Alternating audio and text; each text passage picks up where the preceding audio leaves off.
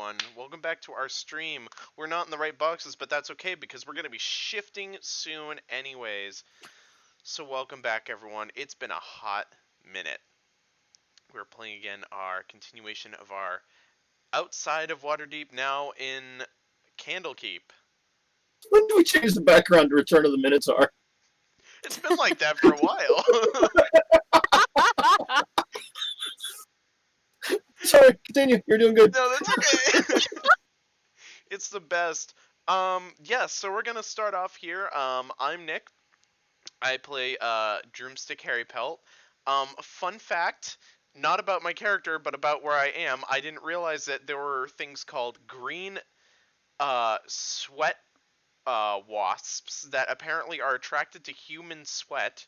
Did not know that they exist, so now I'm perpetually terrified and plus want to die. So that's like what were those called again? They're called I think they're called sweat wasps or sweat hornets, one of the two. And they're green, and they're apparently native to this area, and they make me want to fucking die. Alright, so I'm gonna have to do some research on what a dire green swamp wasp would look like.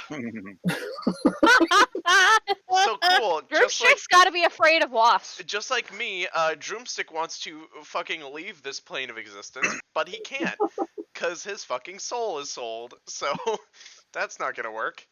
So we're trying to get it back. Yep. And we have our companions here. I think Jess is going to be up next. Hi, I play Blaze, our Tabaxi Celestial Pact Warlock. We don't get a full name introduction today because fuck you. Hi. The world doesn't deserve it. Damn. No. Fuck. The world doesn't deserve it right now. Yeah, I'm excited to learn some shit, yo. Like, wow, goddamn. Alright, that's all I gotta say. I'm not gonna ramble too much like Nick. I'm gonna pass it off to Oliver. Shots fired.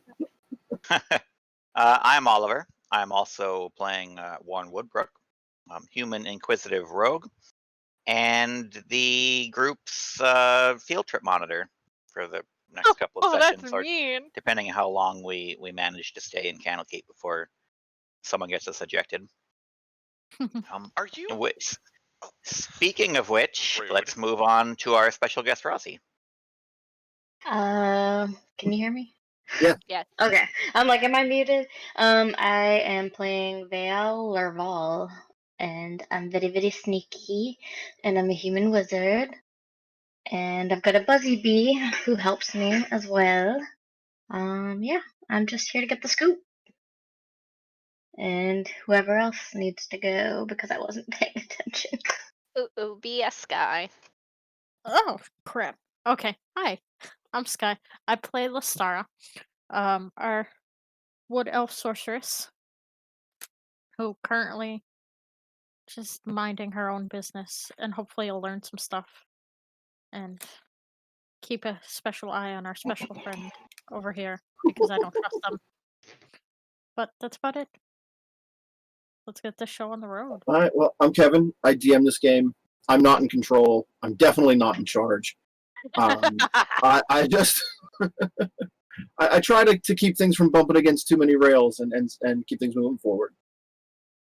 So, during our last session, which feels like a decade ago, you guys had finally gained entrance to Candlekeep and were shown around. You were shown the Court of Air, which is the largest, most common area of the entire library. It's where you'll be living for your stay, which maximizes at 10 days.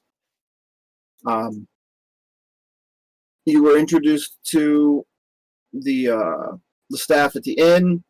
You were introduced to several members of the Avowed, the order of monks and scholars who maintain the library. You were told that any materials you were interested in, you could make the requests for, and then the proper materials will be brought to you. The manner that this happens is if you start with a topic, a general topic, you'll get a book on the general topic. So if we're talking about dwarven deities, you would get a book on the Pantheon. If you were looking for something more specific, you have to ask for that. So if you're looking for the origins of the Dwarven Pantheon, or who's been kicked out, things like that, you'd have to get more specific knowledge that way. And I believe you all put in requests for information on topics. Yeet. I have Warren and Ophelia, who were teaming up on the topic of souls. Right. And since Jen is not with us yet, maybe showing up later, we're going to hold off on that one for a little bit. Blaze and Lestara were researching the topic of shadow.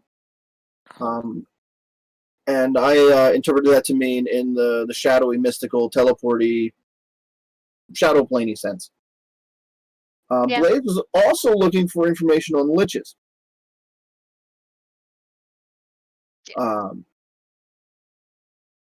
Apparently Jen's popping in now.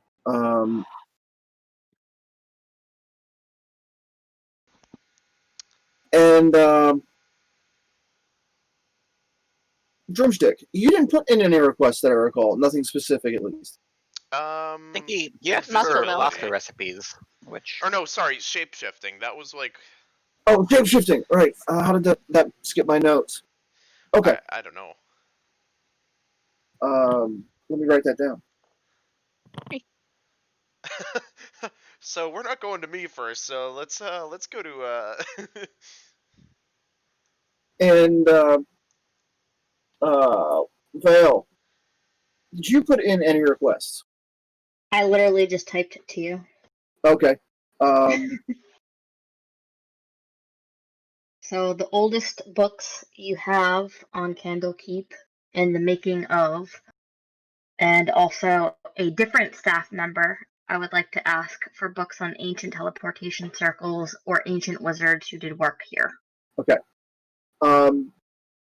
You get one request at a time. It's fine. So- I just want to make sure I ask somebody different, though. Okay. All right. So you guys are led into one of the necessariums, which is it's basically a research room. Stretching up above you, multiple stories are floor after floor of bookcases. There are no ladders going from one level to the next. There is an acolyte of the Avowed who levitates up and down to retrieve books for you. Oh. He introduces himself without a name. He's wearing kind of a light purplish robe. He has a hood up. It's not entirely covering his face, but it's a modesty thing. They don't really see themselves as individuals so much.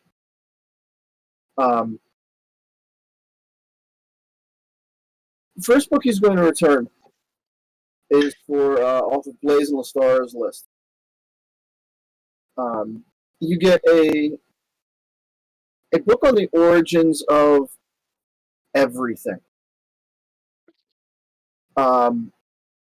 It goes back to the earliest moments of time as recorded in Faerun, where Saloon and Shar were born out of nothingness, spontaneously created, or so they believe. And everything was good. There was balance. Soon after that,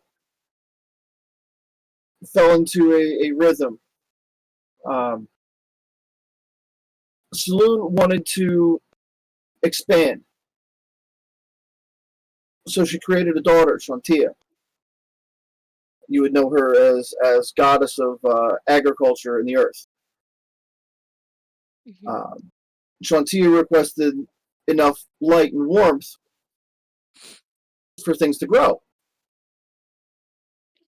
This caused the first argument between Shar and Saloon. They've never disagreed with each other before. So that argument rapidly came to blows. And these sisters who had been unified in every meaningful way since the dawn of creation were now at war with each other. In order to create the Earth, Faerun, Shantia had to find a source of warmth. So she had reached into the plane of fire and plucked out a chunk of it, burning herself in the process. So when Shar had attacked her, she had already been weakened.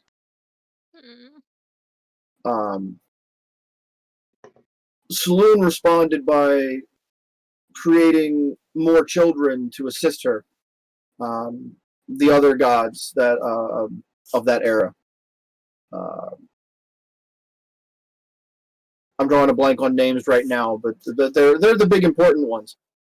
And in this spell conflict, Saloon had thrown the first magical spell that went straight through Shar's heart and emerged on the other side as Mystra, the goddess of magic.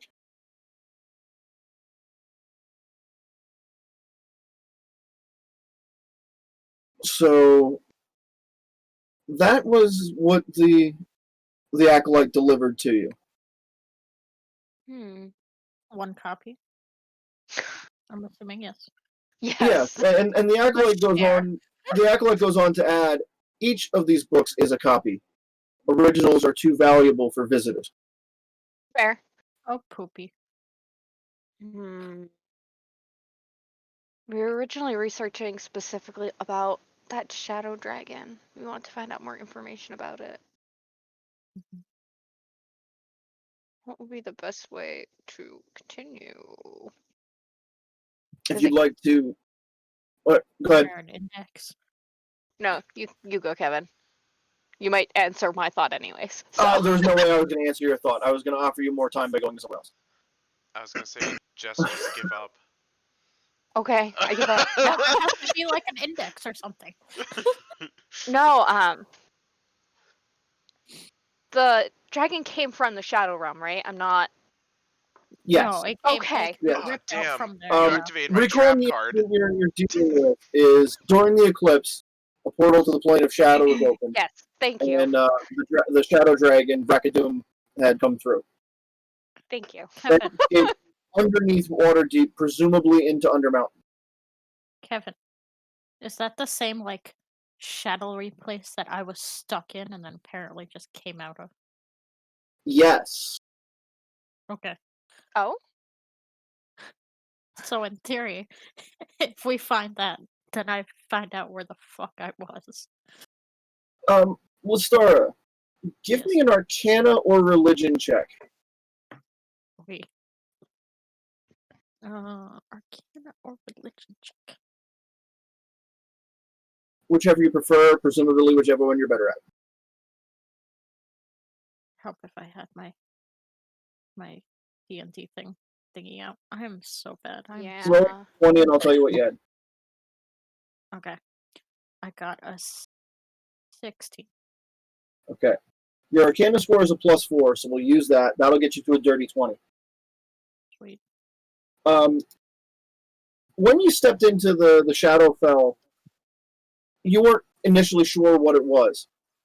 But reading the bits in this book that I didn't go into too much detail on, Shar resides in the Shadowfell.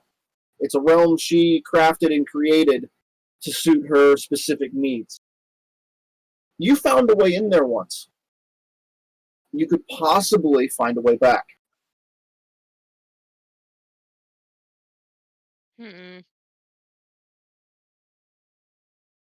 Interesting. We must study this book. Is there a possibility you could get us a book on the Shadow Realm itself? As I turned to the person who brought us said books. I'm not saying that to Lestara, obviously, I mean, because that would be funny. Could you get me a book try on? to be some sneaky. Pull some Eh, sneaky stuff. that sounds like too much work.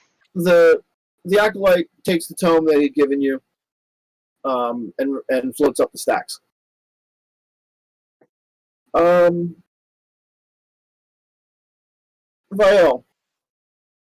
you had asked for a book on Candlekeep's history. Hmm. Candlekeep was originally. This is it takes him 0 time to locate this book. Candlekeep was created roughly 2,000 years ago when a sage whose name is written on this page over here real quick had just gotten a divine message from the goddess of knowledge, Ogama. And it led him here to. See, this is the last minute question that threw me off. Alondo was his name. He was given a series of prophecies that led to the creation of this. What the order's purpose is, the Avowed, is to create a complete and total history of human existence.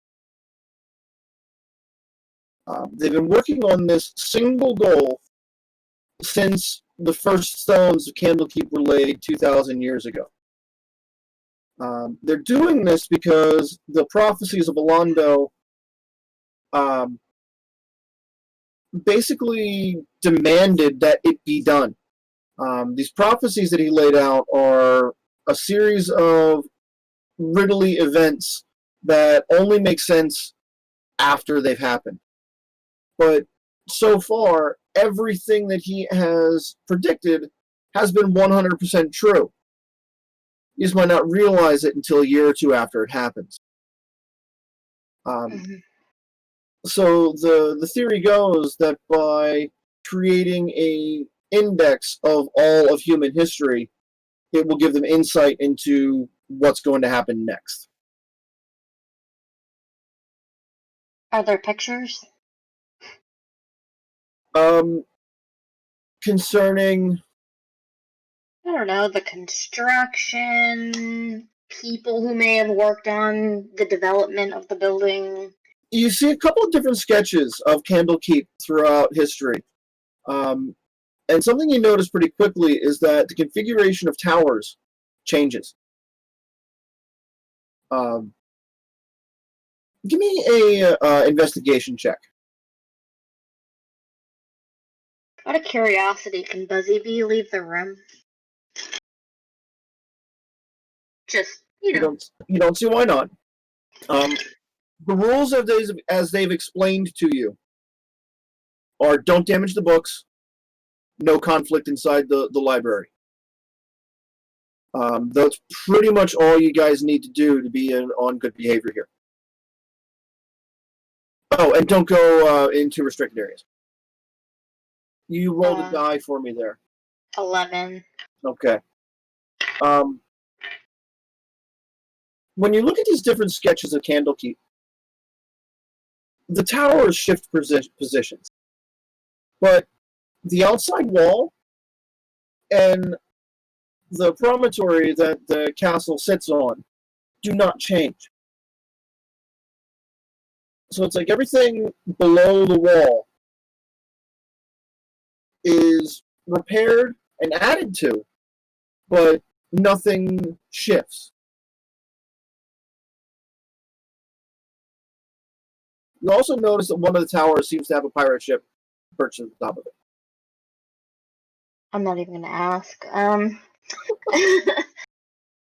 Can I try to send Buzzy Bee to fly low on the perimeter out of the main building, ignoring the towers, and see if she sees anything?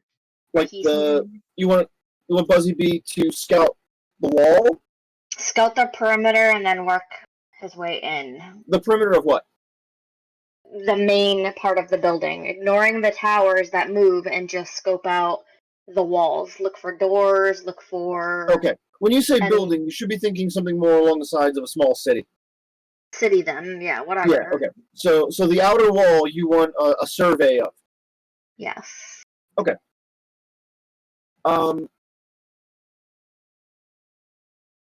Buzzy Bee goes and wiggles out the room, no problem. Crossing the court of air, everything is hunky-dory, exactly as you would normally experience. You probably have more experience riding your familiar's vision than most other wizards. When Buzzy Bee slips through the front gate and starts to scout the outer wall, your telepathic link just stops. Fuck. Now, you know the sensation that happens when your familiar is destroyed. It's a hassle, you summon a new one. You don't get any sensation at that. Buzzy Bee is still out there, but your connection is currently off. Interesting. I guess we'll see what happens when they come back. All right.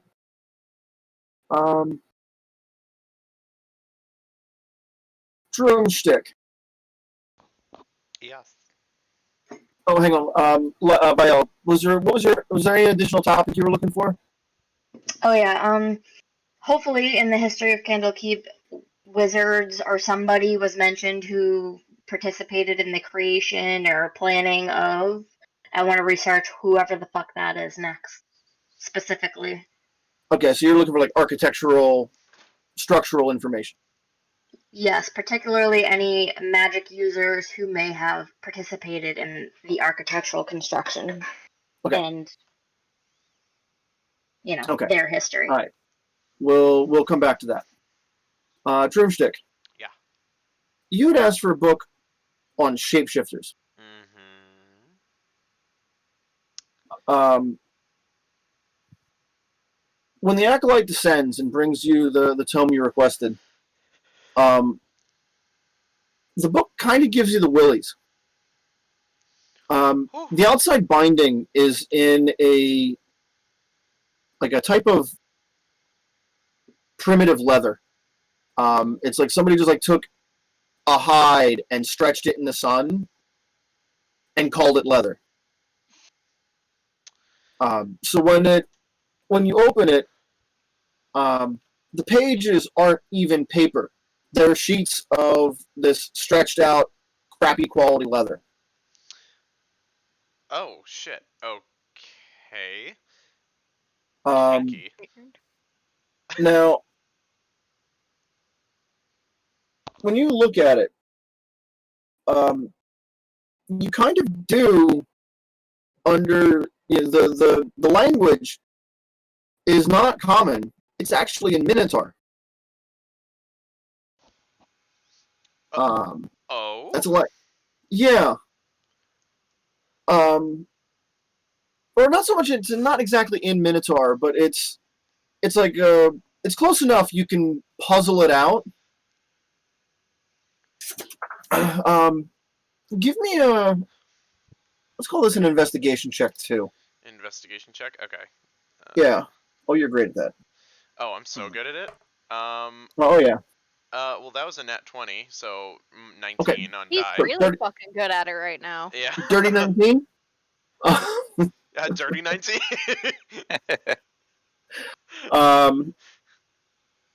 So yeah, you do figure it out. Like the sentence structure is a little weird, but you can puzzle through it. The book there is written in Minotaur, but it's about Malar, known as the Beast Lord. He's one of the more darker, violent gods. He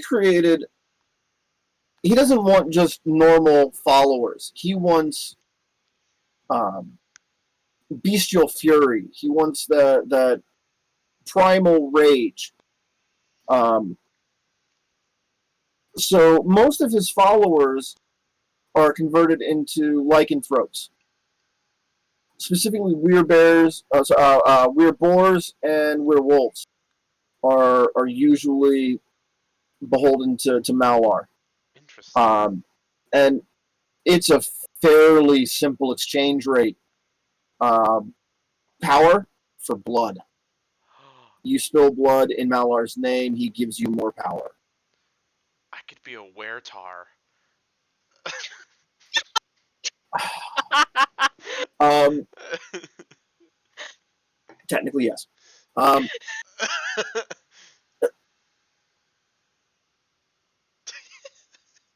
But yeah, the book's written from a Minotaur's point of view, and towards the end of this tome, they start comparing Malar to, drawing a blank on the name right now. The patron god of Minotaurs is Baphomet, who is one of the demon lords.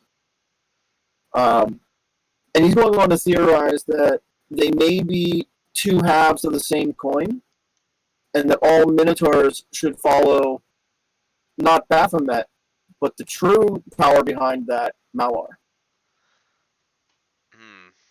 Interesting. So it's one or the other, and they're both kind of demon lords, correct? Not one or the other. Is that Malar and Baphomet are the same thing, using two different names in two different places. Oh, interesting. Now, you had sworn off Baphomet long ago when you started wandering away from your home tribe. I did. So I know that's not something that I would be able to necessarily put myself through, but it's a good start to kind of figure out the kind of different types of shape shifting, rather wear shifting that's Now, found. give me a No. insight check. Insight, okay. Can we get this? Oh, cool. 1. 1. Okay. You're looking at this, and you're thinking that this has nothing to do with you. Huh. Wow, I don't relate to this Yeah. at all. Okay, Yeah, next. yeah. Like you're having problems making connections, any personal connection to this information beyond the language. Well, they mean the language is cool, but I have no interest in this book. I guess I'm gonna have I to didn't try say and... that. I didn't say you had no interest. I said you just can't find out any way that it relates to you. Hence why I have no interest in it. No, I'm Yeah. just kidding. Okay. So it doesn't really relate to me, but are there any... I'm gonna flip through and I'm gonna see if there's any more passages on different types of shape shifting that don't relate to Baphomet, or are they all just kind of like in of itself about him? There is a part in there where the author, whoever they are, mentions hunting other shifters as a mark of pride, and killing weird bears would be the pinnacle of a good kill for sacrifice. Interesting. I'll keep that in mind if I want to go that route. So I'll kind of like I'll take a look at the thing. I'll like look it over a little bit more, and I'll kind of like I'll keep that to mind. Okay. And I'll put that on like a back burner in my brain. Um, Uh, and I'll be like, okay, cool. So I'll just leave it at that and think of more ways I can kind of go delve into this. yeah. Not in this What would your topic, next but request would be for? my next request would probably be druidic shape shifting or nature based shape shifting. Okay. And if I'm reading your intention right here, is like you actually have an interest in shapeshifting with Droomstick in the future, right? Right. I kind of want to take it Okay. down a more magical route. Even though he is a fighter, I would like to see if there's a way that I can kind of maybe imbue a sort of like Okay. nature into him. Yep. No, I just want to make sure that I had the right intent, so I can go in the right direction with it. Right. But I'm gonna keep that like as like a hunting of werebears in the back of my brain. No, So it's good. I can work with that. It's good. yeah. So he ascends up the stacks. Warren and Ophelia. You requested information on the nature of souls. The book that's returned to you is not even really a book. It is a scroll that rolls out, and it goes from roll to roll. Very much like the Torah. You know, it's intended to be read in that fashion. And it starts out with a whole lot of information about the structure of the multiverse. And it only refers to souls as an energy type, not as individual souls here. And it kind of starts on this theory, and you can tell that it's presented as a theory. They're not trying to claim it as 100% indisputable fact. They're theorizing here that this cycle of souls keeps the multiverse spinning on its axis. And that's a dual motion flow of souls claimed by Asmodeus going to the lower planes, and souls claimed by various other deities going to the upper planes. Then it goes into a little bit more detail on what happens with an individual soul. It goes through the process of a soul being freed from its container, its body, its being. It classifies souls into a few different types.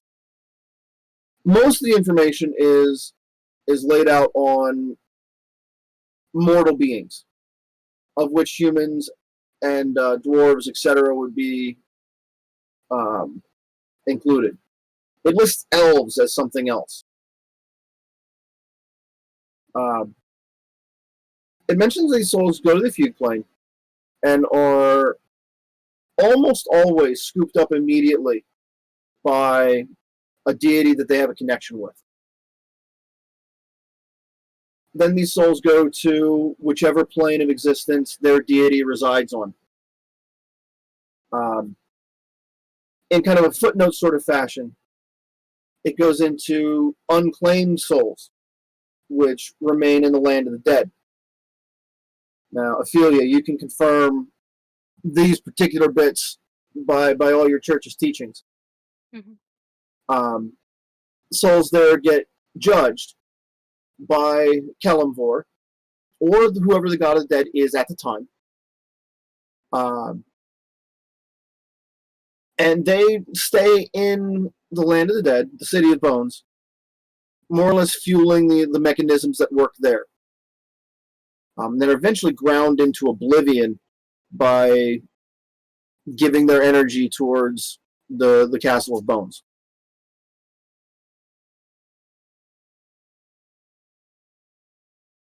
Was that... Oh, were you muted? No, Okay. I shouldn't be. I think he's just eating something. Just a fry. Was that the information you were seeking? It's a start, but it's a little bit too general.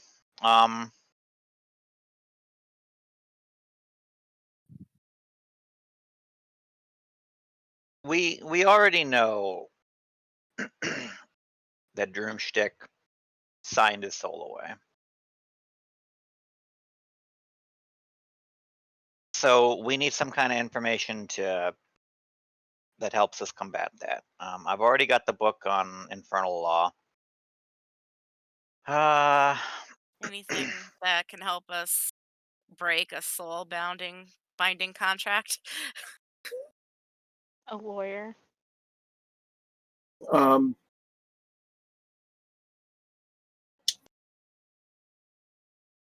it doesn't speak so much of what happens to souls claimed by Asmodeus in the lower planes. It just references used in Blood War. Okay. Sounds charming. Well, we were recommended to look into Van Richten's Guide to Devils. So hopefully that will have some sort of useful information. So we should definitely ask for that. A specific title can be delivered. Hopefully that will dovetail well with the Infernal Law book that I've already been reading. Okay. He ascends. Who haven't I dealt with yet? I think I've gotten to everybody at least once.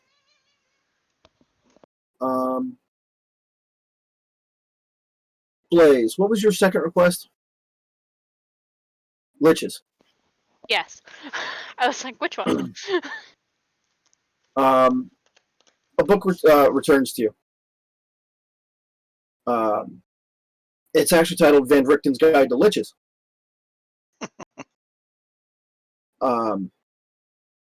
It's got the basics in 101. It has the definition, and it predominantly deals with the common lich, which Van Richten makes a joke about being a horrible term that we don't need one of these. They should all be destroyed. There should not be this many variations because we should destroy them all. But a common lich is a mortal necromancer who is able to sever their soul from their body and thus set themselves outside the cycle of death. As long as their soul remains contained, they will continue to exist as an undead abomination. Mm-hmm. It requires a lot of dedicated research because each lich spell needs to be personalized. So it's not just a pick up a scroll and do it sort of spell. It requires a dedicated research path.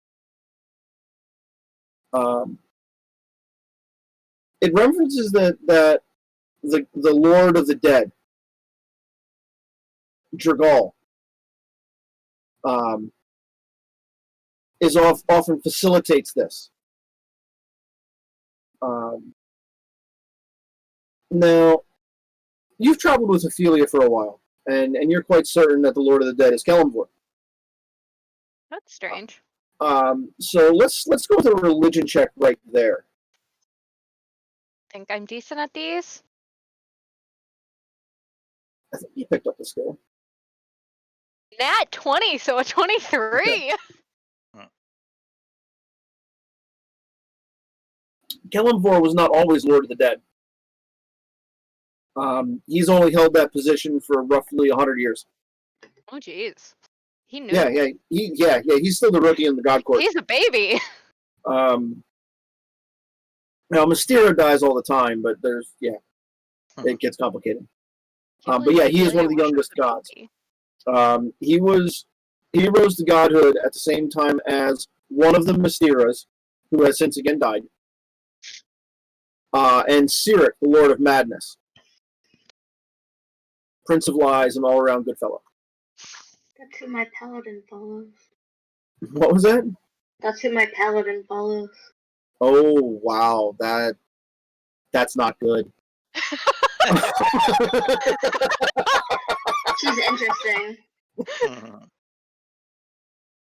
Alright. We'll talk about that later because I want to know more. So where was I? So yeah, they sever their soul into a phylactery, and then they almost certainly go to a great deal of trouble to protect that soul. Yeah, obviously. It then mentions another type of lich called a demi-lich. They are kind of a step beyond that. Eventually, the state of decay on a lich gets to the point where it can no longer maintain its form, and its physical body eventually crumbles to dust.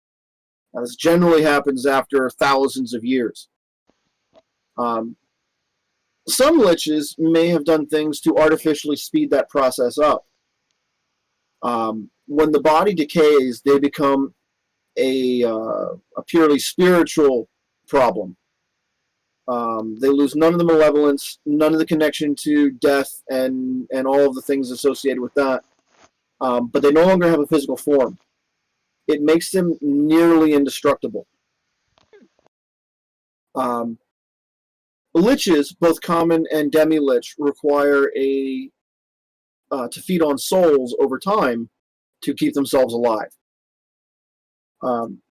It mentions one of the demi-liches, Aceract,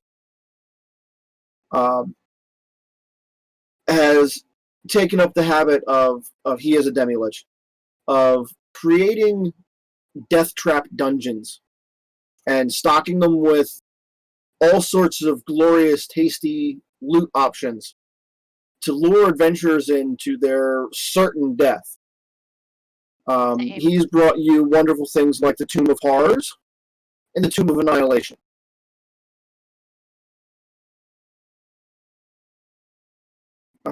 There's then some references there with you can like tell like this is a annotated copy of the text because there's already like Van Richten's original text and notes scribbled into the margins.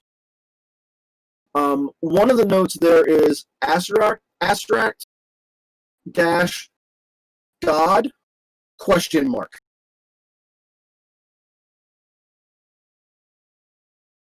My mic doing the thing again? Yeah. Oh yeah. Okay. My connection's been a little spotty today. I don't know if that's the blowing why it. or not. Blowing my internet connection. Okay. No, and your mic go. Yeah, please, if you're gonna do that, mute yourself. Everybody will appreciate it. Can you repeat that anecdote that was actually in the thing? Okay. It says Aceract dash God question mark. Okay. I would like more information on that, if possible. That's interesting. Okay. The acolyte will take the request for something on Aceract.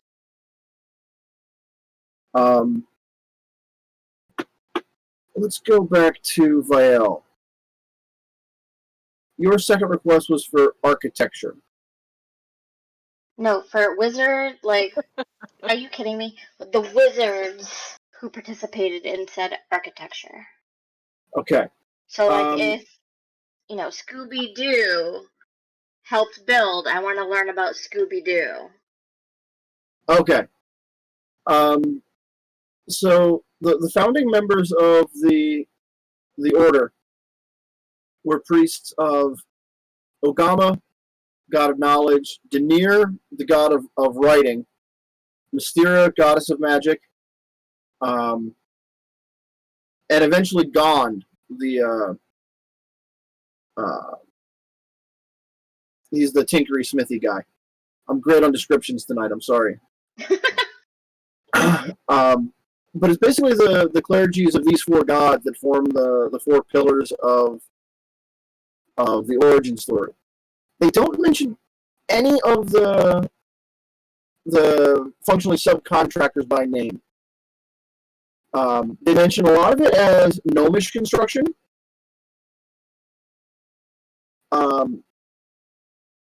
which strikes you as slightly unusual. Dwarves kind of get top billing on all big construction projects. They're also very unionized, so they can play that bidding war really well. Dwarves get a lot of the construction work. I feel like I'm As at they work right should. now. Yeah, it's really bad, Kevin. Sorry. I do intend to get a new mic and webcam once they once again become available to human beings. No judgment. Where was I? Gnomes. and one of the reasons that gnomes were selected, and they list this specifically, is that gnomes are better at magic than dwarves. Don't you fucking hate gnomes? I'm surprised you're even talking about them, to be honest with you. Like, I'm sorry, I've been playing D&D with you for a while. Like, Yes, anyway. I personally despise gnomes. However, gnomes are the canonical answer to this problem. Okay, I can we like skip David the the books gnome. on He's a good gnome. gnomish Bro, teleportation he's the magic? worst. He's like the stereotypical gnome. Oh, he's a good one. I like Noam Chomsky from Troll Hunters. Anyway, the gnomes were selected because they had a better knowledge of magical teleportation than dwarves. And it lists their experiences in creating a system of teleportation stops to flee the Netherese Empire. Give me a history check if you've got it. Any photos in there?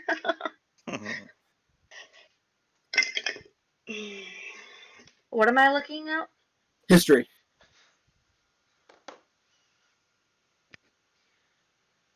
12. 12? I suck. I Okay. suck tonight. The Netherese Empire was one of the ancient empires of the realm that was run by supremely powerful wizards.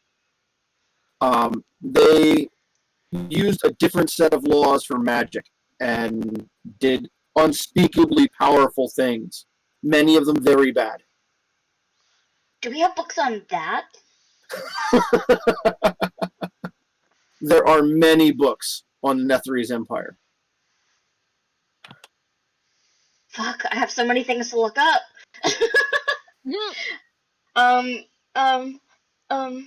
I guess next we're gonna go with gnomish teleportation magic for 500, Alex. Okay. Is B dead, or is he still going, or? There's not even static on the line. Should better have a photographic memory.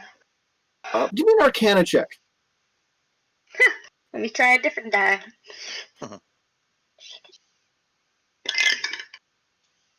What am I looking up again? I'm that bad, Arcana. I'm sorry.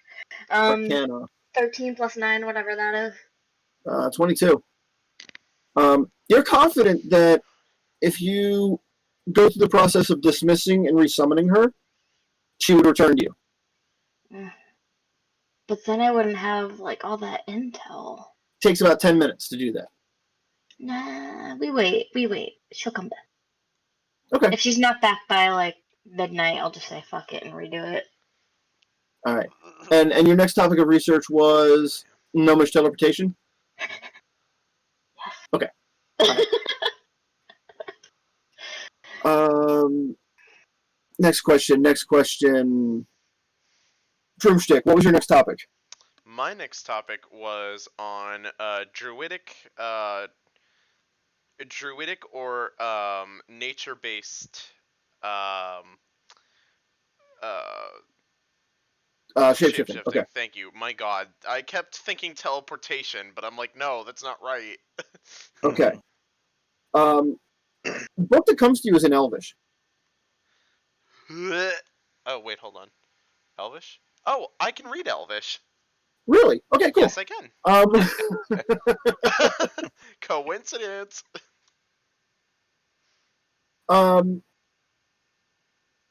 This one's a collection of stories.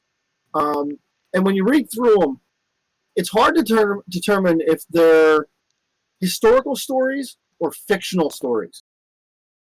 And that has a lot to do with the Elvish style of writing that isn't really clear on that.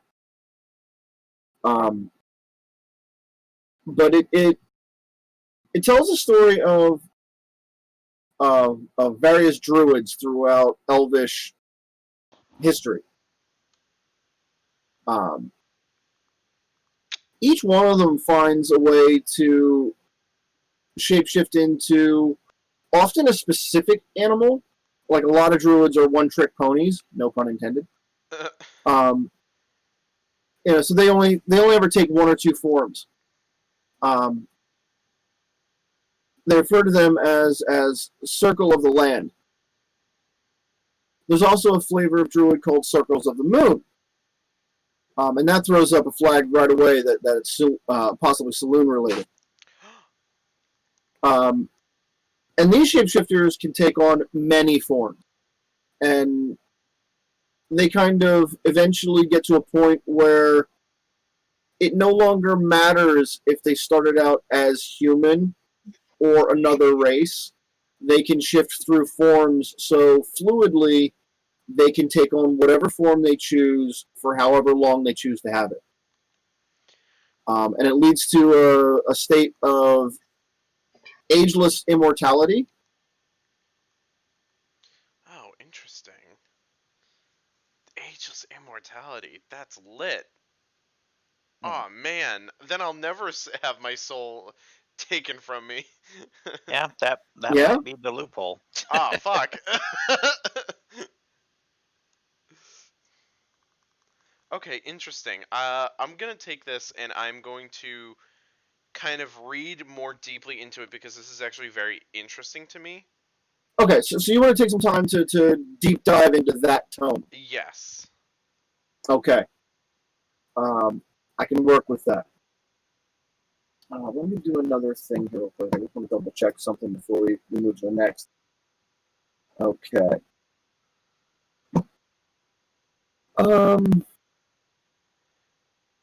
Warren, your second request was for Van Richten's Guide to Devils. Van Richten's Guide to Devils. Okay. This copy comes down, and you had seen the Guide to Liches slide past not that long ago. This looks like it's from the exact same set of books. Same color binding, same size book. They would look identical next to each other on the shelf. And this one also has those annotations in the margins.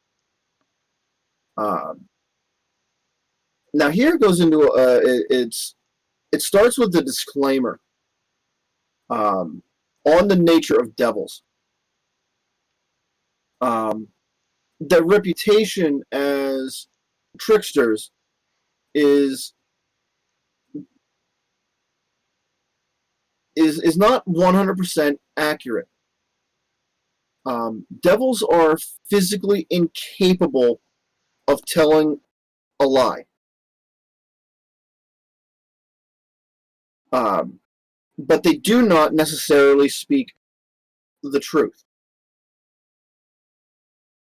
They love that land of loophole where something can be innuendoed enough to mean a different thing. So take all knowledge learned from a devil with much trepidation. They're untrustworthy even though they cannot lie.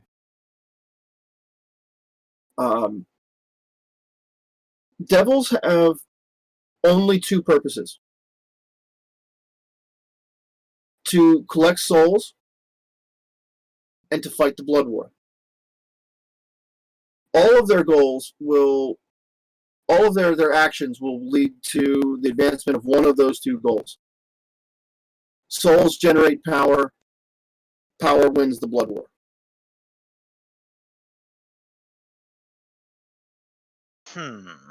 Interesting. And is there anything in particular in here about their dealings for souls specifically that I may not already know? There's actually quite a lot on that particular topic, because it looks like Van Richten's experience was mostly with the mortal side of the equation, with people who have made a deal, but it has not yet been collected on, and their soul is still here. Right. He declares those souls already lost and unsavable.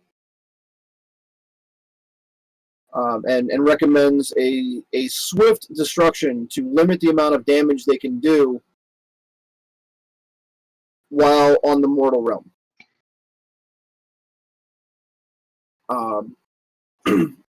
He goes into a bit of detail on the temptation of these deals, as it is a direct infusion of power, which he would very much describe like a warlock pact. A contract is entered into, power is exchanged, and then a soul is returned at the end of a lifetime. This power is often given easily, freely. You don't have to do anything to get it. You just have to ask for it. Interesting. And you can see what Van Richten's trying to set up here is the temptation and easy path are a weakness of mind that the devils exploit. So, am I getting the feeling that his description of a contract as an exchange for power, is this more factual, like scholarly factual, or is this his own interpretation of what's happening? Like his own biased interpretation? Give me an investigation check and an insight check. Okay, good at both of those. So that's a 30 for investigation. Okay. And then for insight, that's a 17. Okay. You can tell that he is trying to give good and accurate information. But he is angry. In a holy zealot sort of angry way, with a bunch of personal problems on top of that.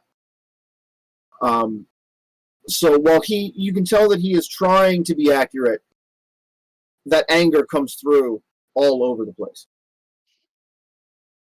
Is there anything in the book about people who have sold their souls and then been resurrected? He literally declares that impossible. Like the reclaiming of the soul to be impossible. Right. Oh, well, that's discouraging. Damn. Well, it wasn't gonna be fucking easy. Now, Actually, think that might be encouraging. Why? you are all sitting nearby, so feel free to have any conversations you want to have. I'm sorry if I implied that was otherwise. Yeah, Wait, I we're did not- actually have we're some near each other? suggestions. Near-ish. I mean, you've kind of got like a conference table kind of thing set up here. So I thought you we can, had independent booths. Oh, if you'd like privacy for something, feel free. It's there and available to you. I'm just saying that you can speak to each other. Oh God, I have to talk with you guys? Ugh. Oh, I'm fuck. in the party. Whatever. You're the one that can't get their soul back. Wow, fuck you. The- I told you, all you have to do is kill 100 people. No, that's not okay. Fucking easy. I mean, it might take a year, but Or if we go into a dungeon, might not. you know, there are some pretty shit towns that I've been through. You could just kill No. everyone in it. I'm not committing got you, boo. genocide to get my soul back. Yeah, that sounds like a poor life choice to I me. feel like sacrificing 100 souls gets you more likely to end up in the hells than to get out of Well, it. what if it was a prison? What was a prison? What if we kill a bunch of fucking prisoners? Oh, no. Just flamethrower. How No. does Kellamvor view the assassination of prisoners? Not good. Kellamvor What has if no they're opinion on the topic. murderers? No. Kellamvor has no concerns for the living whatsoever. Well, the biggest problem I think here is that we don't want to swing Drumstick back into Baphomet territory. That wouldn't be great. Yeah, Baphomet would probably like it. Let's go with, let's try not to be like genocidal maniacs for the time being.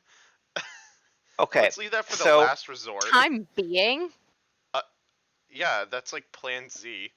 Now, this Van Richten guy, obviously, there's some bias in his work, Mhm. but he seems to suggest that these contracts are contracts for power. They give you the power, you give them the soul. Drumstick. Now, muscle milk and everything else aside, I don't mean to sound offensive here. You don't seem that much more particularly powerful, I guess you could say. Are you calling? Wait, are you I mean, calling you've that? leveled up 4 times since then, but that aside. Oh, are you saying that That I was. didn't get any gains? I'm saying that any gains that you might have gotten while you were already dead, you don't seem to have carried along with you. Oh, while I was dead, I thought you meant with the muscle milk. Okay, I was gonna argue with that hard, but I don't that's know if that's No, and worked Drumstick, either, you would but know that to be accurate. Like, you are. I feel weaker. I agree with Yeah. you. I feel weaker than I was before I was alive previous. That makes sense, but like, so if Life they've 2.0 has some bugs. yeah, so if damn. they've pulled back, if they're allowed to pull back the power that you were granted, why can't you pull back the soul? Basically, just reset everything to 0. They took their power back, you take your soul back. Next time you die, you just go back to the drawing board, and then hopefully this time don't sell it again. Your investigation check was really good. So, additional information there is that the exchange for power is the common contract, but not the only option. It's we're still going to need to get a look at the contract. I think we've already determined that at some point we need to see the contract to figure out what we're dealing with. But Yeah. I think this is a good starting point here. Whew, I agree. Does Drumstick happen to have a copy of the contract on him? Do I? Question mark looks at my body and see if there's a. You have absolutely no idea what the contents of that contract are. You just have this innate sense that it is. Yeah, guys, I have no clue, so I'm gonna have to kindly ask you to stop asking me. Hey, Drumstick, What? do you have a copy of the contract? Hold on, let me look real quick. No, fuck you. What about now? No, I'm good, thanks. Contract? Contract? Contract? Contract? Contract? Mine? Mine?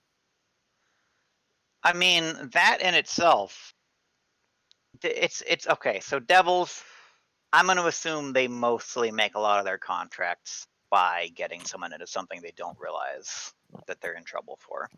So I'm going to assume that's probably not an easy I out. can't grab that. Go put down. It's hot. But Put down. is it a safe assumption to say that someone signing one of these contracts needs at least a basic understanding of what's happening in this contract? Scoop. You believe that to be an excellent question.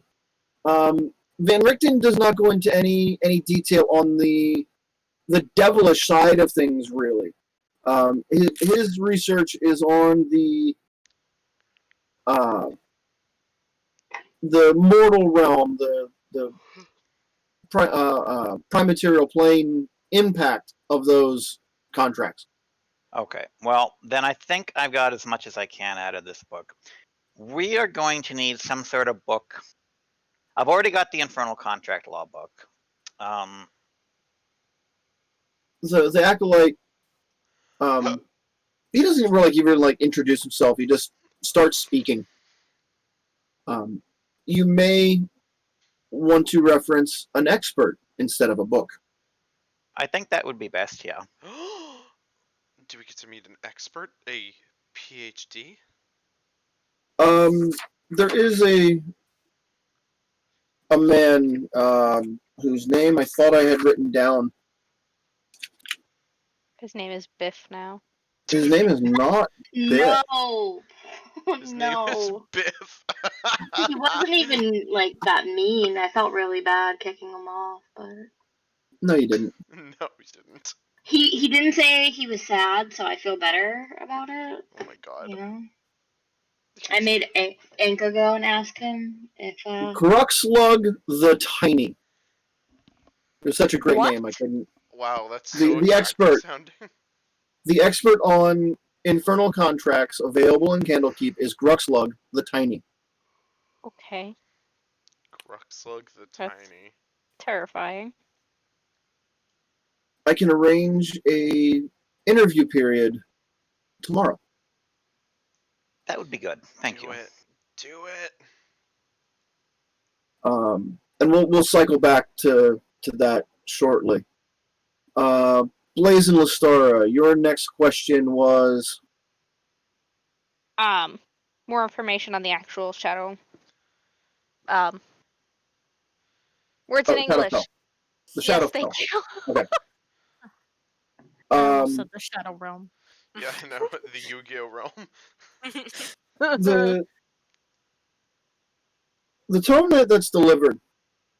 The pages are flat black. And it takes you a moment to like figure out what you got going on here. Lestara, when you look at the pages, there are letters clearly on those pages. You can see them with absolutely no problem whatsoever. Blaze, when you look at those pages, you can see the outlines of letters in your aura sight. Oh, fucking joy. You can read it. It kind of itches you in that headachy place after a while. Yeah, I but was you can gonna read say it. it's gonna give me a fucking headache. Yeah. It's not great. But Lestara, no problems. You can read this clearly. Shadowfell was created relatively recently, around the time of the Spell Plague. Spell Plague was a major deity-wide problem event where the gods got kicked out of the plains and onto Faerun about 150 years ago.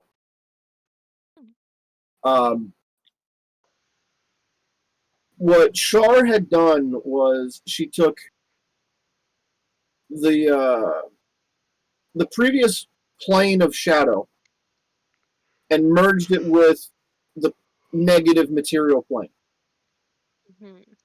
This is a whole bunch of metaphysical stuff that it just kind of if you ever read an article on quantum mechanics, it's like trying to describe things that don't necessarily fit in a 3D environment. Yeah, so that's a second headache for me. Got it. Pretty much all theory. Yeah, they're not trying to pass this off as certainty so much as this is what we've been able to piece together. So this new land that she created is a realm of just depression. It drains the will to live. It brings everything to a state of entropic annihilation. Mm-hmm. And because of the nature of this Shadowfell, it is an abhorrent place for the living to be. Eventually, it will grind you into dust, which makes it a very safe place for the creatures of shadow, like Shar and her minions, to exist, where no one can touch them. It's their, this is their place, made for them and their way. That's not to say that they aren't depressed. It's just that they're the shit. I don't know how to describe this without sounding like a dick. Their depression is focused outwards, where they want to annihilate everything around them, and bring everything to a state of zero. Nazis. Yes, they are that flavor of bad.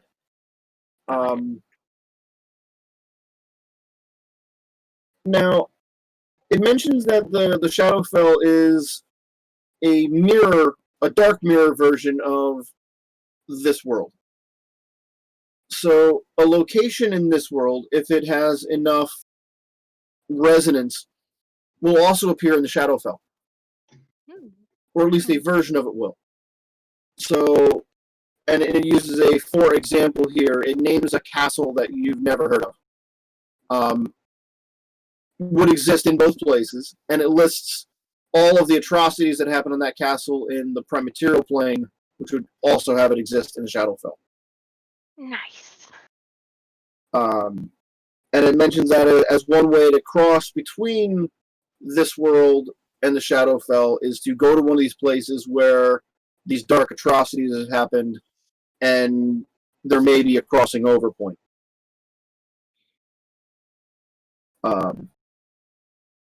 It also mentions that creatures of shadow can often make the jump as well, since they contain some part of the shadow realm in themselves. And there it references disciples of Mask. Mask is the god of thievery and all sorts of nefarious things that happen in the darkness. And one of his agents, his chosen, Everest Kale, was able to go back and forth between the Prime and the Shadowfell almost at will. I gotta learn how to do that.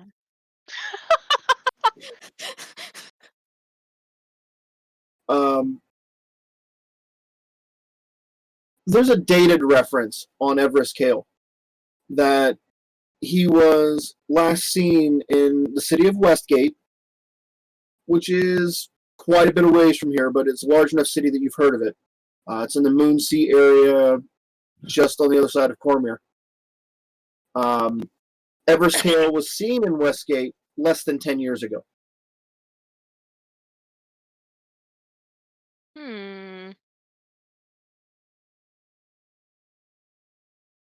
Now, I know you've run into the concept of Mask in the other game, but do you remember who he is? Vaguely. The name is, it's definitely one of those, the name is like flashing familiar sign.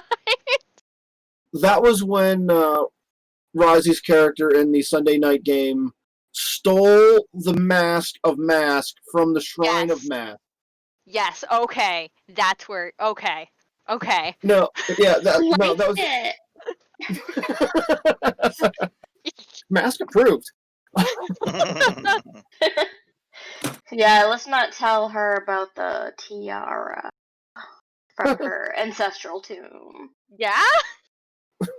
You know I'm gonna find out that one eventually, right? But Mom, it was pretty! She's party mom, sorry. But Mom.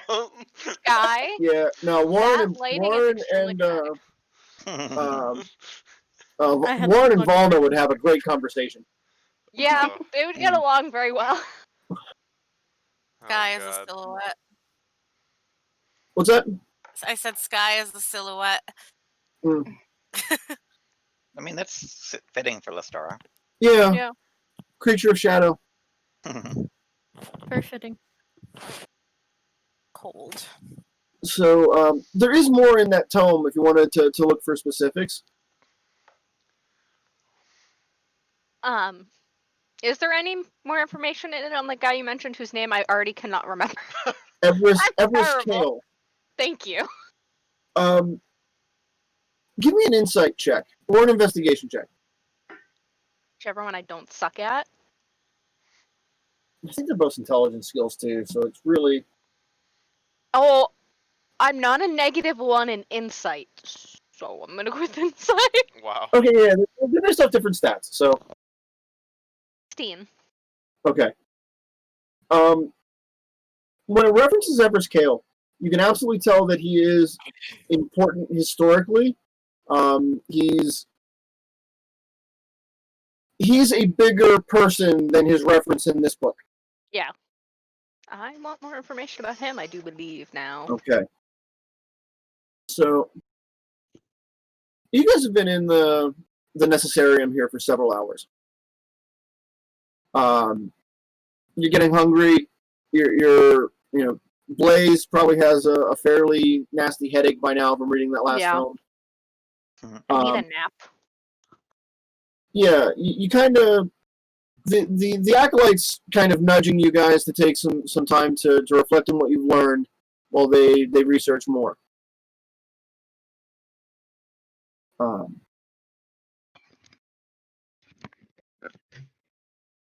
So let's shift over to, would you like to get food at the tavern or take something to your rooms? Let's take Alright. something to the room. I'll take something to the Oh. room, yeah.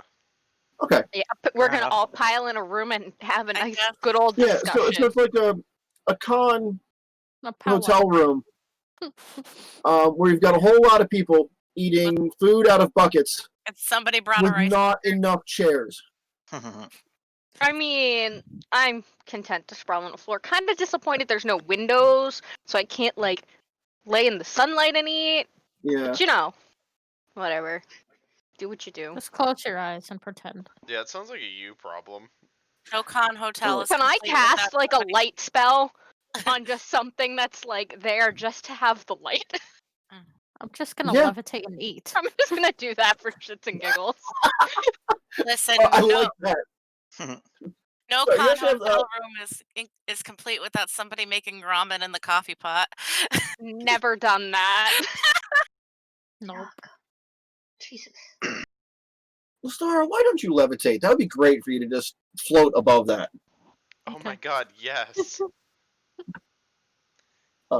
Do of all it. people should. Everybody Anyway, has to make a deck save from my light spell. Oh my god. as you walk out of the tavern, you've ordered food. It'll be delivered shortly. Vael, Buzzy Bee returns. The fuck, yo. And you get the channel opens a little while before she passes back into view.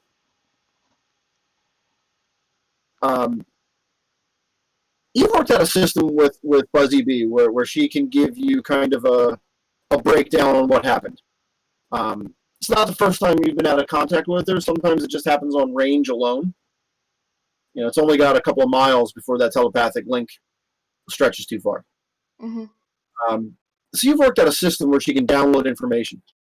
And you kind of get this real quick information burst. So you're watching something on fast forward, but also getting all of it. You see her flying around the outside wall. And not far past the gate, the wall sits directly atop a cliff. And this cliff plummets all the way down to the sea 300 feet below. So the Candlekeep sits on this promontory that's pushed out from the land on top of this high cliff with waves crashing into this cliff at the bottom. You're not a very adept sailor by any means. You may have never been on a boat. Okay, but that sea down there looks unfriendly. You would not suspect that anyone in a small boat would have any chance of navigating that surf, those crashing waves, without ending up kissing rock. Are there any entrances in that cliff face? The cliff face? No, it does not have any entrances. However, there are 3 or 4 parts where you can see a kind of like a drain emptying out below the castle wall.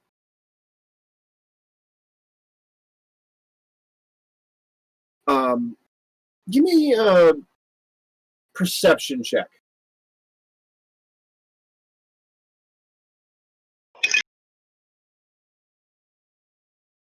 N plus 2, so it's a 12. Okay. You've been told your research has shown you that there are cisterns below Candlekeep. You don't know how deep they are. But if those are overflow vents for whatever rain collection system fills the cisterns, the cisterns are at least 20 feet below the walls. Now, you know that Candlekeep is heavily warded. Mm-hmm. You felt them when you walked in. You're fairly confident that anything that obvious is going to be warded 19 ways and 12 you don't know. Okay. So, not saying it's impossible. I'm just saying that it's obvious they've planned for that. Did she find any other, like, outlines of doors, suspicious buttons? I don't fucking know. No. Once you get past the first 100 feet or so, the wall takes on a very construction quality appearance. Like, they were not embellishing this wall in the least for any type of decorative purpose. As if working above that cliff would not be something you'd want to do any minute longer than you had to. So there's no embellishment on this project. It is as utilitarian as possible. Which leads to no ornamentations, no gargoyles, nothing that's beyond functional. The stones are not even really held together with mortar. They're just stone on top of stone.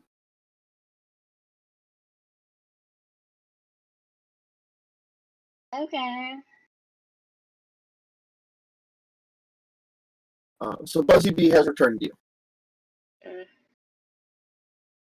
Stop. When you get back to your private rooms and are all sitting around here with large quantities of well-made food, do you have anything you want to discuss with each other? So I want to shapeshift. Really? Yes. Interesting. Oh my god, can you please be a Care Bear? No. Why? Because they're cute. No, I don't want to transform to a Care Bear. I actually want to start with something more kind of like a bird, or maybe like an eagle, and then make Interesting. my way up to dragon. Is this because you can't get your soul? That's a little extreme. What? I want to fight the dragon as a dragon. That would be fucking dope. I mean, it would. I'm Um, not saying it's not. It would not be, but at the same time, be a little realistic, yo. Okay, that'll take another 10 levels of planning, so you're right.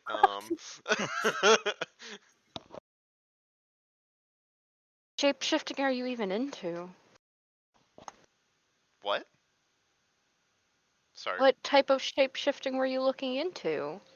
Well, first I was given a book on, it was a really ugly book. It was kind of gross and pertained absolutely nothing to me, but it was kind of interesting how it was more along the lines of like where shifting. Or there's like a type of pride in hunting werebears, which I was like, you know, that would be kind of cool, kind of have that in the back of my mind, but like a werebear fucking minotaur, I would love to. Plays. Can I get a religion check? No. I knew you were gonna say religion check. I thought you said relation check, and it was gonna be like, your relationship with Droopstick is over. Like, it's canceled. I got a 16. Werebears are venerated by Saloon, the Church of Saloon. What is they have venerated? they have a connection to the moon that is pure and good, and they are almost all universally agents of Saloon. Yeah, don't go killing werebears, please. Okay, Please so I will not don't kill do that. werebears. Thank you. Yeah, no problem. That was easy. So I was just like, I was looking at it, and I'm like, okay. But then I got into more along the lines of nature-based or druidic Ooh, shape-shifting. And that interesting. seemed very interesting to me. Why? Why? Because maybe I want to learn it, betch. Like, why? The fuck you mean, why? We're here for quick, one thing. quick pause here. Warren, as you're eating your meal and pulling your food items out of the bag, there's a note in there, and it's just like a folded card note. When you flip it open, the note says, discreetly, I would appreciate your presence in interview room C at midnight. And it's just signed with the single letter M. Stalker. Mario. I mean, I'll go meet Mario anytime. Sure, it's no problem. Come About what time is it now then? You'd say that's about 3 hours from now. Okay. Yeah, I'm just gonna fold the note up, put it in my pocket, very carefully. And I'm gonna be like, that's horrible. Your eyes have been on Vielle the entire time, making sure that's what you've been observing. Oh, that's Is what I've been Vielle. observing. Okay. And other than her being her, which seems to annoy you, Yeah, I mean, your statement still works for that. Just, you know. she has not left the group or done more than move to the other side of the necessarium to put a little space between you and herself. Cool. Stay that way. I thought we were best friends. We spent a night together as roommates. Dude. Sorority bonding times 12. No. I'm fairly sure I was also in that room. And no. Not that kind of sorority bonding. No. I mean, Oh God! I'm not opposed. Happy Pride No. Month. Fucking sigh.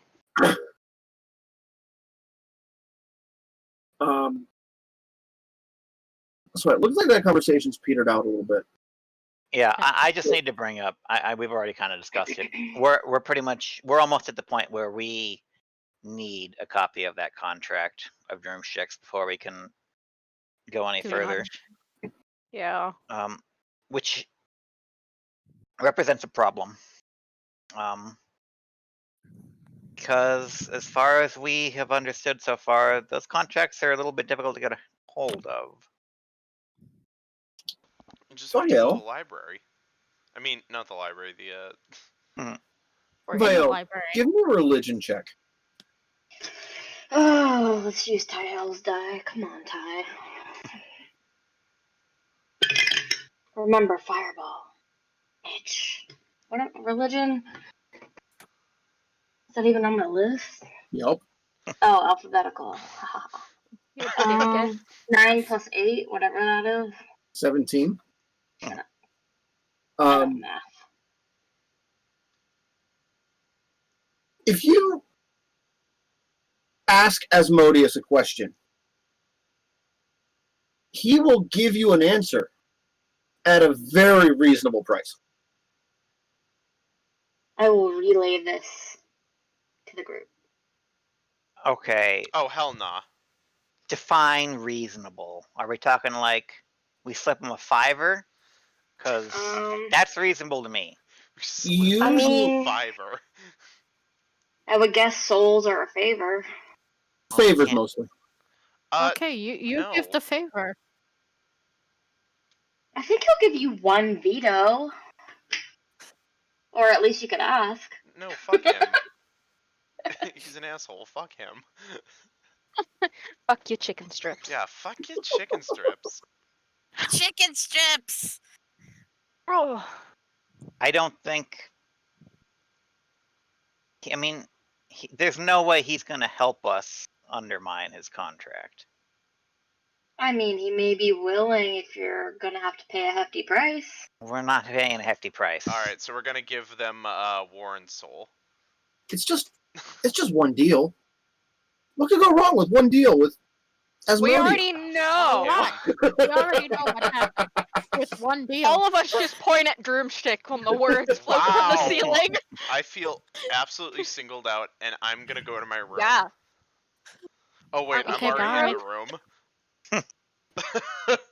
Like, I just figured we piled into one of the rooms. Yeah, I know. I'm being stupid. Mean. Wow. You All right, always guys. See you are. next week. It's been. Not Other sorry at all. gods.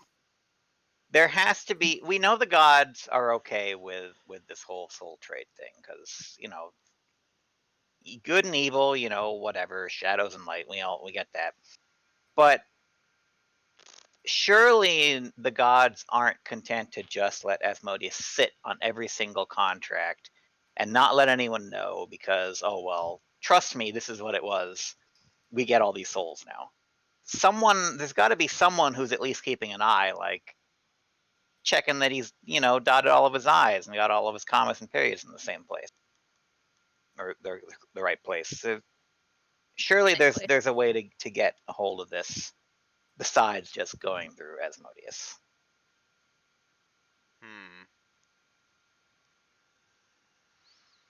Well, I wouldn't know where to start because I'm me. So.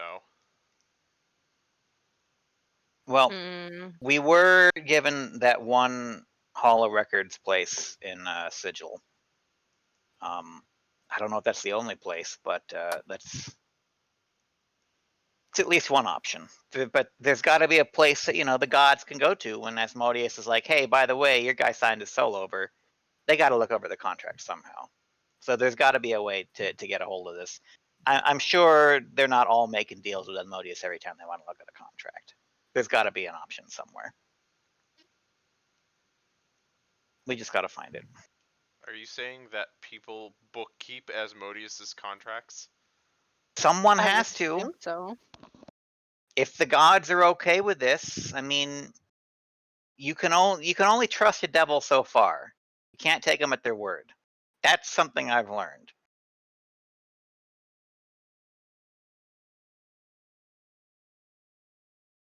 Well, like I said, I have no idea because I'm not religious, so I can't help you.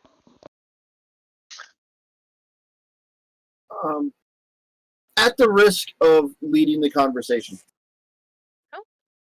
Please lead away. You did read that reference in one of the books as to Asmodeus's goals, devil's goals, being collecting souls and the blood war.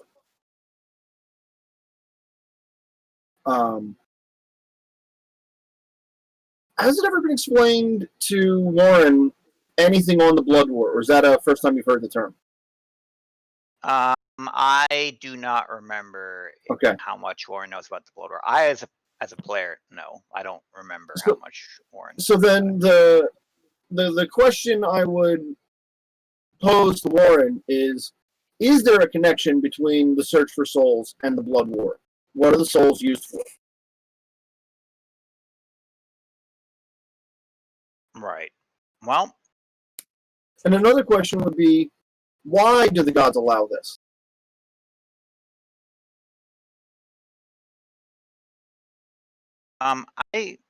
The why, I'm pretty certain came up before. I just don't remember exactly in what context. It might have been when we were in Long Saddle, because he was the guy who I think told us about. I don't know. We knew about the Van Richten book before then, but I remember we talked about a guy who was kind of an expert in this kind of thing. You might remember exactly Van Richten from Curse of Strahd too. Yeah. He makes an appearance there. Asshole. I don't know. It's not on my notes exactly what that Harpel told us. I just remember. I think that the reason that the god, because he was the one who told us about Sigil originally. Yes. I kind of remember. I think that happened in the Wizard Sanctum in Long Saddle. Yeah. That you learned about Sigil in the Hall of Records there. Yeah. So I think I might know that they're recruiting to fight the Blood War because they kind of have to. Because I remember one of my initial ideas was to find someone neutral to arbitrate this, and that's when we learned, well, the gods are okay with it because this thing has to happen. Yeah, the Blood War is the eternal war between devils and demons. Devils fight the war because if demons win, they annihilate everything, and there is nothing left over except chaos and demons. The demons don't need a reason because destroying everything is their goal. Right. And then the devils keep all of the demons penned in the abyss so they don't spill out into the rest of the multiverse. And they're basically fighting the war on behalf of everyone else who hates them. So if that's true, our one big out is that maybe we do eventually need to make a deal with Asmodeus, not for souls. If he needs those souls to fight the war, maybe we just need to find an alternative weapon they can employ that is equal or more to Doomstick's soul. Good luck with that, because there's no replacing this. And I start flexing. I can just and imagine. No one cares. Yeah, I was gonna say I can imagine the flexing. And like Yeah. no one actually, no one gives a shit. They're just like Yeah. still talking, and I'm over in my own world. He's completely ignored. If we can find something that can be used as a weapon against the demons that would help contribute more than one Minotaur soul. Like what? A Gauss rifle. I don't know. That would be the ultimate question, is we'd have to find that one thing. Or a couple things, however many things it needs to be. We're gonna have to find Doom Guy.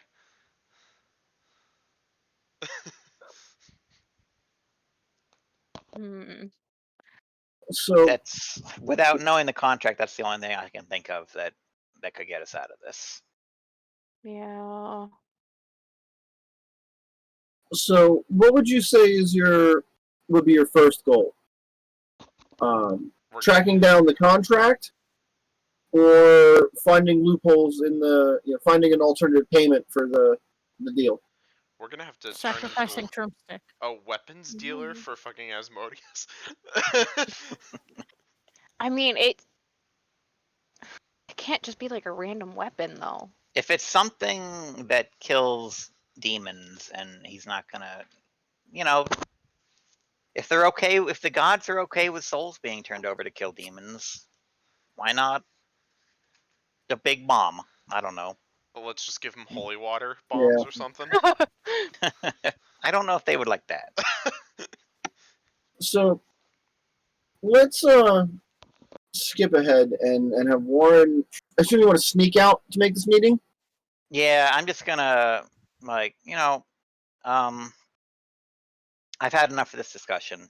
Droomstick, you guys take care of him. He's basically flexing. I need to clear my head and think about what I've read today. I've read so much law and stuff about souls that I just need a second to walk. And I'm going to excuse myself. So Warren leaves the room. Are you going directly to meeting, or?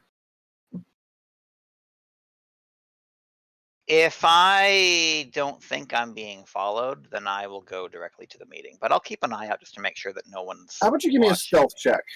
Oh, good.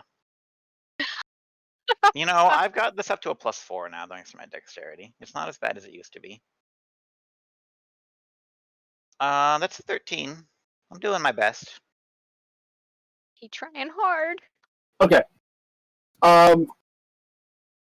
So you slide out of the area, and you have to ask one of the acolytes where these interview rooms are, which is what they're, the acolytes are there for all day.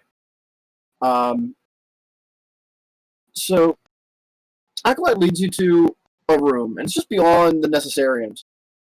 And there's a kind of a warning sign on the door that says there is a permanent enchantment on this room which prevents lies. And it states that the intended purpose of this room is to gather information through first-hand experience to add to the grand collection. Enough. The acolyte motions you into the room. When you enter the room, there is a single table in the middle of the room. And it looks like all the other furniture, a chair on either side, all of the other furniture has been removed from the room. You can feel that tingle of magic of that enchantment working on you as soon as you enter the room. On the far side of the table, seated in a chair, is a man in a light purple robe. Hood is up, and he just motions to the seat in front of you.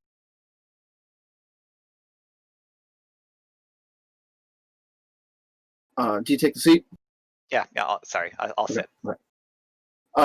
Once you've seated, he pushes his hood back, and underneath the hood is this metal mask forged out of multiple plates. Covers him completely. There's no skin showing except a little bit around the eyes, and it looks like the skin that's underneath there is like a sickly. It doesn't look healthy. Like even the eyes, there's a yellowish. They're not normal eyes. And when you sit, he says, "Thank you for accepting my offer.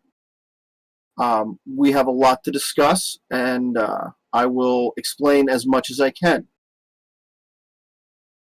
You sit Pleasure, before apparently. Manchun. You sit before Manchun, Oh, I guess it's not so much a and pleasure. we'll end the session there." Oh man. Okay. So that's it. Tonight was a little bit different with all the Q&A. I hope it was an entertaining session for everyone, but I am a little worried about that. We'll discuss once we go offline. But there's been a lot going on lately, which is why we haven't been online. We've got some personal dramas in addition to all of the global drama going on, so we've been making choices each week. So that's why we've been vacant the last few nights.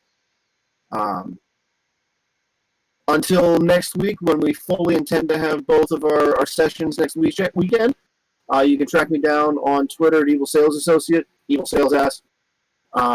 I can be found there. I do things. I talk to people. Thank you for watching, if you watch. From there, let's go to randomly Jessica. Hi, I'm Jess. I'm gonna do an intro again, apparently. We're having another one of these fucking nights. I play Blaze in this game. You can find me at Sweet Ninetales on Twitter and Instagram. Fucking shit is so crazy right now. I don't even have, like, anything to say at this point. I'm just gonna pass it on to Nick. Alrighty, Blue Aura 94 YT on Twitter or the Carpe Nerdus page on there. You'll see me just retweeting a lot of stuff about that, basically just what's happening and everything like that. Trying to stay informed, keep informed, all that sort of thing. Yeah, it's crazy. I'm mentally, I'm not feeling that strong, but at the same time, I'm like, I'm just gonna keep going, cause you know what? Fuck it. Like, fuck you, brain. So I'm just doing that, cause honestly, it's like. From March until I think end of May, I had no serotonin, and then all of this started, and I was like, wow, those serotonin levels are coming back. It feels good. So we're just gonna keep it on there. other than that, yeah, nothing else going on. But stay posted, I guess. Let's go to ski. Yeah.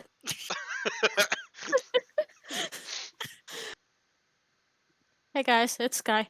You could follow me on Twitter at FizzleWizzle. You could also follow me on Twitch.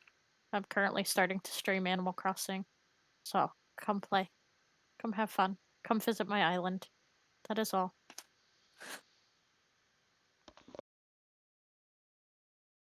Okay. Pass Somebody? it off to Jen. You can find me in my bed sleeping because I am exhausted because I stayed up until 4 a.m. watching Law and Order SVU, which was a mistake. But you can also find me on Twitter at SummonerXI, fighting the good fight. Any Law and Order episode without Ice-T in it is a mistake.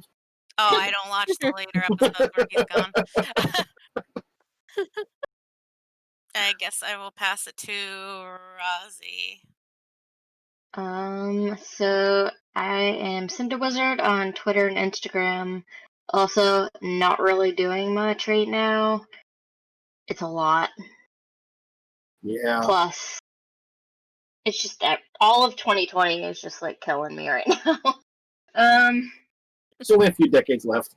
Yeah, yeah. But yeah, if you want to play Animal Crossing, I like to give gifts and stuff. Anyway, I don't know. Oliver. Can be found in our Discord, which is linked down below. I do not have any other sort of social media presence, so you can't find me in any of those places. I don't do streaming or anything like that. So that's it. Go find me Unless and it's everyone on else there. Generai's channel, we're doing 14. He's typically there. Yeah, I guess that's happened once Yeah. or twice, but that's the exception, not the rule. Yeah. And that's me. There you go. All right. On that note, shut it down. Alrighty, everyone. Have a great night, and we'll see you Good later. night. So long.